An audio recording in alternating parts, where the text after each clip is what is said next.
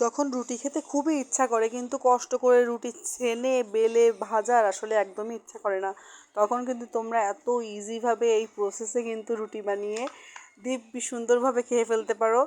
তো নমস্কার বন্ধুরা, চলো আজ তোমাদের সঙ্গে শেয়ার করি কিভাবে আমি আজকের এই রেসিপিটা তৈরি করলাম। তো আমার রুটি খাওয়ার খুব প্রয়োজনও ছিল, ইচ্ছাও ছিল, কিন্তু মোটেও আজকে রুটি আসলে অত কষ্ট করে বেলে বানানোর কোনো আসলে শরীরে এনার্জিও ছিল না, মন মানসিকতাও ছিল না।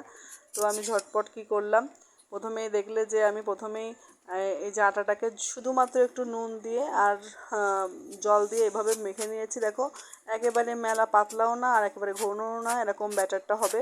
দিয়ে আমি শুকনো খোলা একেবারে, এটা কিন্তু কোনো তেল ইউজ করিনি, কড়াই জাস্ট চুলাইতে দিয়ে একটু গরম হলে আমি এভাবে কিছুটা পরিমাণ আটা নিয়ে এভাবে হাত দিয়ে দিয়ে গোল করে দেখো ঘুরিয়ে ঘুরিয়ে এটাকে রুটির মতো শেপ করে দিচ্ছি। তো দেওয়ার সাথেই দেখছো অনেকটাই টেনে গেছে।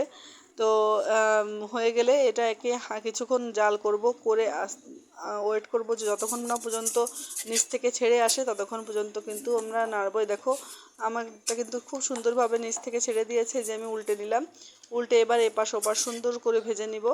ভেজে এ দেখো কত সুন্দর হয়েছে, আর এটার স্বাদ কিন্তু জাস্ট অন্য সাধারণ রুটির থেকে অনেক বেশি সুন্দর লাগে খেতে। তো তার সাথে আমি এদের ডিম আর সোয়াবিনের একটা সুন্দর কষা কষা একটা তরকারি করে নিয়েছিলাম, সেই তরকারিটা দিয়ে কিন্তু আমি এই রেসিপিটা খেয়ে নেব এখন।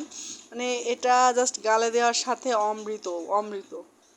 দেখো রুটিটাও কিন্তু খুব সফট হয়েছে, কিন্তু এটা কিন্তু অনেক সফট হয়েছে। দেখছো আমি এক হাত দিয়ে কিন্তু আসলে আমার ফোনটা ধরা রয়েছে, আর এক হাত দিয়ে আমি কিন্তু এক হাত দিয়েই কিন্তু খাচ্ছি।